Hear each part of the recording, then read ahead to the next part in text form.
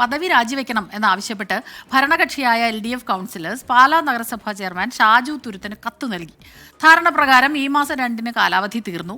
Kerala Congress M chairman Jose K Mani ആവശ്യപ്പെട്ടിട്ടും ഷാജി തുരുത്തൻ രാജിവെച്ചില്ല. ചെയർമാനെതിരായ അവിശ്വാസം നാളെ ചർച്ചയ്ക്കെടുക്കാനിരിക്കുമ്പോഴാണ് LDFന്റെ ഈ നീക്കം. ടോബി ജോൺസണാണ് വിവരങ്ങളുമായി ചേരുന്നത്. ടോബി, കൂടുതൽ വിവരങ്ങൾ പറയൂ.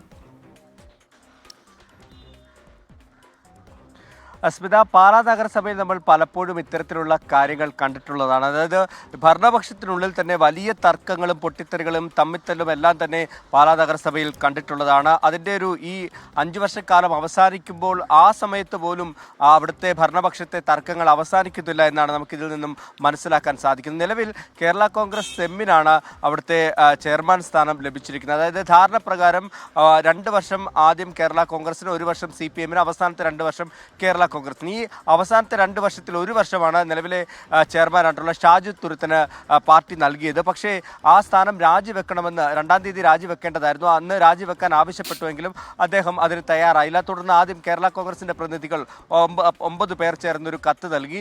എന്നിട്ടും അദ്ദേഹം രാജിവെച്ചില്ല. അതിനിടയിലാണ് ഒരു സ്വതന്ത്രനായിട്ടുള്ള ഒരു കൗൺസിലർ ഈ ഷാജു തുരുത്തിനെതിരെ ഒരു അവിശ്വാസ പ്രമേയം കൊണ്ടുവരുന്നത്. ആ അവിശ്വാസ പ്രമേയം നാളെ ചർച്ചയ്ക്കെടുക്കാൻ വേണ്ടിയിരിക്കുകയാണ്. അപ്പോൾ ഷാജു തുരുത്തൻ പറയുന്ന ആ അവിശ്വാസ പ്രമേയത്തെ പിന്തുണച്ച് നിൽക്കുകയാണെങ്കിൽ താൻ രാജിവെക്കാമെന്നാണ്. എന്നാൽ ഷാജു തുരുത്തൻ അതൊരു തന്ത്രമാണ് നടത്തുന്നതെന്നാണ് ഈ ഭരണപക്ഷത്തുള്ള മറ്റ് കൗൺസിലർമാർ പറയുന്നത്. കാരണം ആ അവിശ്വാസ പ്രമേയം തള്ളിപ്പോവുകയാണെങ്കിൽ പിന്നീട് ഒരു അവിശ്വാസം കൊണ്ടുവന്ന് ഇയാളെ മാറ്റാൻ സാധിക്കത്തില്ല. അപ്പോൾ രാജിവെക്കാനുള്ള സാധ്യത വളരെ കുറവാണ്. അതുകൊണ്ട് തന്നെയാണ് ഇപ്പോൾ 14 പേരാണ് LDFനൊപ്പം ഉള്ളത്. ആ 14 പേരും ഒന്നിച്ചു ചേർന്ന് ഒപ്പിട്ട് വീണ്ടും ഒരു നിവേദനം കൂടി ഈ ചെയർമാന് നൽകിയിരിക്കുന്നത്. എത്രയും പെട്ടെന്ന് ഈ സ്ഥാനത്ത് നിന്ന് ഒഴിയണമെന്നാണ് അവർ ആവശ്യപ്പെട്ടിരിക്കുന്നത്. എന്തായാലും നാളെ ഈ അവിശ്വാസ പ്രമേയം ചർച്ചയ്ക്കെടുക്കുമ്പോൾ ഈ ഭരണപക്ഷത്തുള്ളവർ തന്നെ തിരിച്ച് വോട്ട് ചെയ്ത് ഈ ഭരണം ഇല്ലാതാക്കുമോ എന്നുള്ള സംശയം പോലും നിലനിൽക്കുന്നുണ്ട്. എന്തായാലും നിലവിലെ കക്ഷിനില പരിശോധിക്കുകയാണെങ്കിൽ UDFന് അധികാരത്തിൽ വരാനുള്ള യാതൊരു സാധ്യതയുമില്ല. എന്നാൽ വരുന്ന മണിക്കൂറുകളിൽ നടക്കുന്ന ചർച്ചകൾ വളരെ നിർണായകമാണ്. ജോസ് കെ മാണി പറഞ്ഞിട്ട് പോലും കേൾക്കുന്നില്ല എന്ന് പറയുമ്പോൾ മറ്റംഗങ്ങളും LDF അംഗങ്ങളെല്ലാം കൂടി ചേർന്ന് തിരിച്ചോട്ട് ചെയ്ത് ഈ ചെയർമാനെ, സ്വന്തം ചെയർമാനെ തന്നെ തോപ്പിക്കുമോ എന്നാണ് നമ്മൾ ഉറ്റുനോക്കുന്നത്.